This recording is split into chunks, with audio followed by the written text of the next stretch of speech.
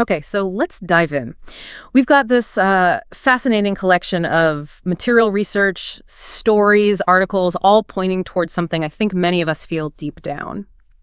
The just incredible joy and real impact pets have on us, especially that sense of, unconditional love. That's a powerful theme, absolutely. And for this deep dive, we're not just talking about, feeling good. We want to explore the why. What are the actual benefits? How does this bond affect our health, our minds, our ability to cope? We're digging into the science and the stories behind that happiness. Yeah, and speaking of how widespread this is, the numbers you pulled are pretty telling. More than half of U.S. households have a pet. And during those really tough few years, the lockdowns and all that, about 11 million new households brought a pet home. And what really jumped out at me was how many owners said they honestly couldn't have gotten through it without them. That feels like more than just, having an animal in the house. Oh, definitely. It points to a really fundamental, mutually beneficial relationship. Yeah. And the material shows this connection starts affecting us right down to our biology. Okay, this is where it gets super interesting scientifically, based on what you shared. We're talking about real changes in our body chemistry. Things like just petting your dog or cat or playing with them. Right. What happens is your cortisol levels, that's the stress hormone we hear so much about, they tend to drop, sometimes quite significantly. And at the same time, other things go up. Exactly. You get a boost in oxytocin. People call it the love hormone or the bonding hormone.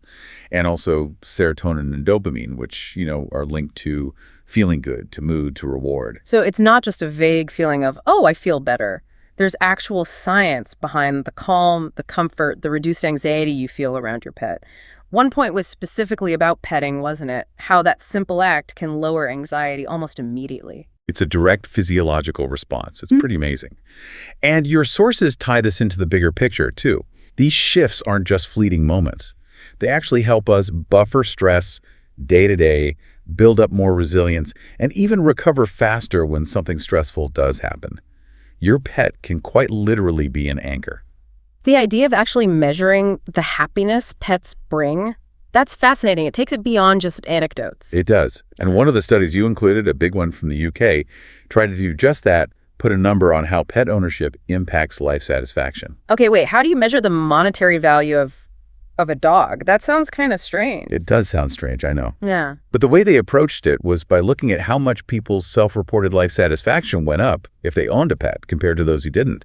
And they found a really strong, significant positive effect. How big an effect? On a standard 1 to 7 scale they use for these things, owning a pet could boost someone's score by 3 or 4 points, which is substantial. Wow. Okay, so how does that translate into money? Well, they use these economic models, right? Yeah. They look at how much other things that do have a sort of accepted monetary value, like income or social activities, how much those things increase reported happiness. They found the boost from having a pet was comparable to the value of seeing friends or family every week. And other studies put a number on that boost, around $93,000 USD. Hold on. So the increase in life satisfaction, that feeling of well-being from having a pet, is statistically similar to something valued at nearly $93,000. Statistically speaking, yes. That's the comparison they drew based on the happiness data. That's incredible. I mean, pets cost money, obviously, over their lifetime. But the return on investment in terms of just pure, measurable life satisfaction, it's immense. It really puts the human-animal bond into perspective, doesn't it? And this impact goes way beyond just stress relief, deep into our overall mental well-being. Your sources mention how pets help manage difficult emotions, too. Like if you're feeling angry or frustrated. Yeah, just playing with your pet can be a great physical outlet, right? It distracts you, pulls you out of that negative loop. They also help folks cope with things like depression by diverting attention away from symptoms and encouraging activity. Even the simple routines, feeding, walking, they provide structure and meaning. I think it was mentioned that pet owners laugh more often. I can definitely see that. My cat does ridiculous things daily. Totally. Yeah. And that social support aspect is huge too. Some of the research suggests the support people feel they get from their pets can be right up there with support from family members. It's that constant, non-judgmental presence. Which must be so important when things are changing or feel uncertain. Pets are consistent. They provide companionship, a purpose. Absolutely. They anchor you in routine. You have to feed them, walk them, play with them. That creates structure. And that structure helps maintain healthy habits. Gives you a sense of responsibility, which is vital if you're feeling overwhelmed or, adrift. It can even help with cognitive focus, especially maybe for older adults or during really tough times. And what about self-acceptance? The sources touched on how caring for a pet makes you feel capable, boosts self-worth, but also that feeling of just being accepted by them. That's incredibly powerful. Pets don't care about your job or how you look or mistakes you've made. They just accept you. For people facing stigma or dealing with social anxiety, that non-evaluative love can be profoundly validating. So freeing. It almost feels like those daily interactions, the petting, the feeding routines, encourage a kind of mindfulness, like they pull you into the present moment. That's a great way to put it. It's a very natural way to practice being present, yeah. Yeah. And shifting from the mental to the physical side of things, the benefits just keep stacking up. Pet ownership has real physical payoffs, too. This seems most obvious with dogs, right? They need walks. That means owners get more active. Exactly. And that increased activity leads to a whole cascade of health benefits mentioned in your sources. Better weight management. One study suggested dog walkers could lose like up to 15 pounds a year just from the walks without changing diet. Wow. And cardiovascular health, too. Lower risk of heart disease, better cholesterol. Low triglycerides. Plus, potential benefits like better muscle tones, digestion, maybe less arthritis, better joint mobility from that regular movement. Some research even hints pet owners might live longer. And it wasn't just activity, right? There were other direct effects mentioned, like lower blood pressure. Lower blood pressure, slower breathing rate, even coping better with pain, and that really striking finding about heart attack survivors with pets living longer. Plus, the point about seniors maybe making fewer doctor visits, like 30% less potentially. The physical side is undeniable. And these benefits play out in unique ways, depending on where someone is in life. The bond adapts, Right. For seniors, that companionship aspect is huge. Fighting loneliness, isolation, having someone or something there that's loving, reliable, good listener, it fosters purpose. And it can increase social interactions too, right? Chatting with people on walks. Absolutely. Routine and structure are key there too. The sources acknowledge potential challenges for seniors, of course, but also highlight community resources that can help. And for kids, pets are like built-in teachers for responsibility, compassion, empathy. Definitely. They offer security, help with separation anxiety.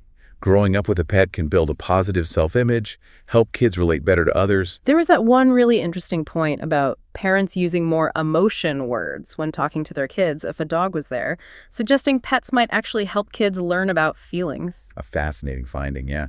Pets also just stimulate imagination, curiosity, get kids moving.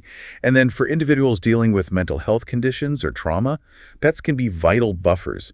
Structured interaction can actually reduce symptoms like fear, anxiety, sleep problems after trauma.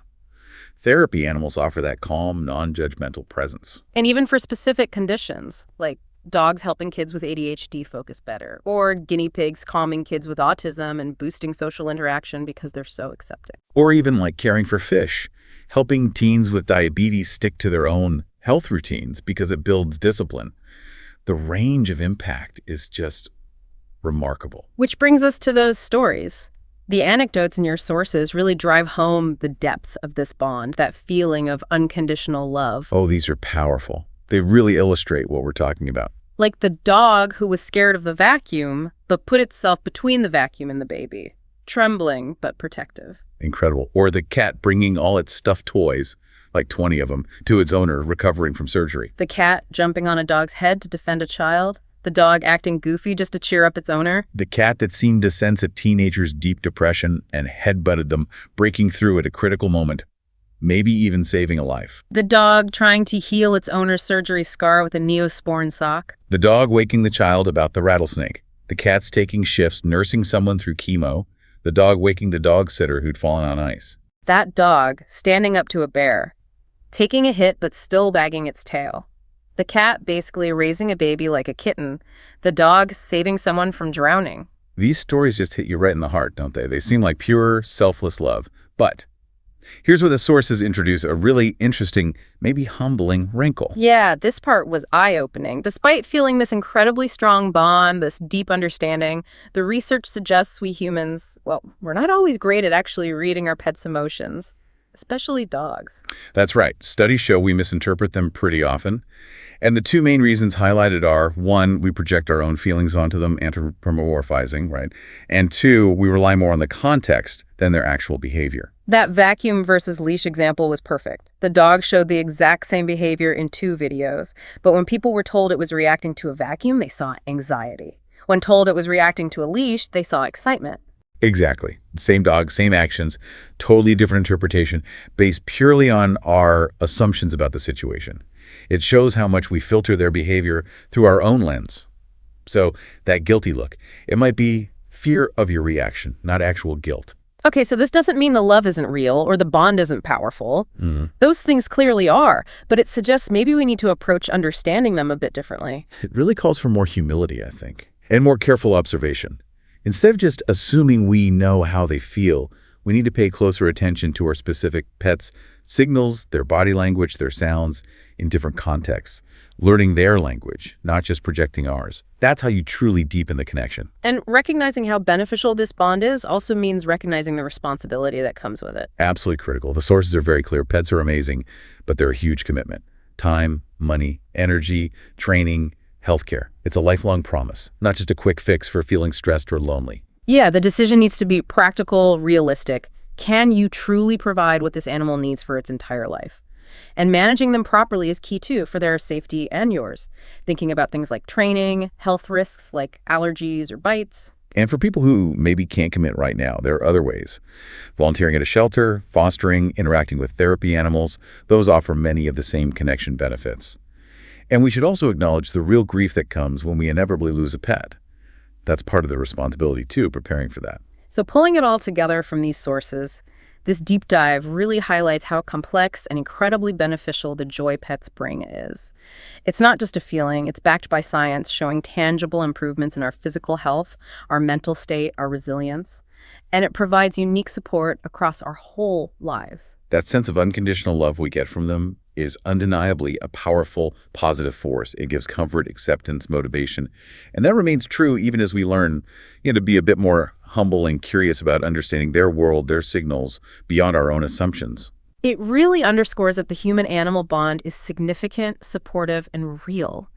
And when we approach it with love, sure, but also with responsibility and a genuine desire to understand who they are, the rewards are just immense for both of us.